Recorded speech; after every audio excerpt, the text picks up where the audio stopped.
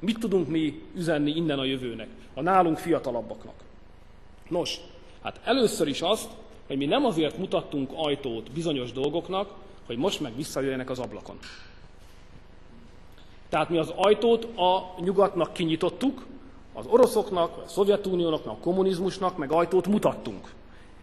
És azt üzenjük a jövőnek, hogy ne engedjék, hogy mindez visszamásszon az ablakon. És uraim, azt üzenjük az utánunk jövő generációnak, hogy ne engedjék, hogy abból a demokráciából, amit a mi új nyugat nemzedékünk kitűzött magának, abból most egész egyszerűen demokrácia nélküli többpártrendszert csinálja.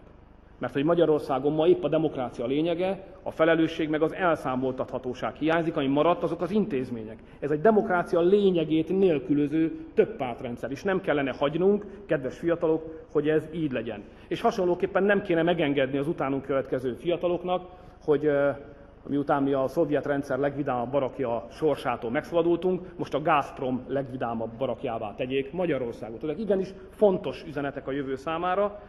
Azt üzenjük innen egyfajta új nyugat nemzedékként a fiatalabbaknak, hogy igen, továbbra is tartsanak ki a nyugatos Magyarország mellett, ne engedjék, hogy erről az útról Magyarországot letérítsék. Szeressék, hogy Magyarország egy nyugatos ország, ami azt jelenti, hogy hiszünk az emberi akarat szabadságában, és hiszünk az egymásért vállalt kölcsönös felelősségben, ami elválaszthatatlan része a nyugati kultúrának.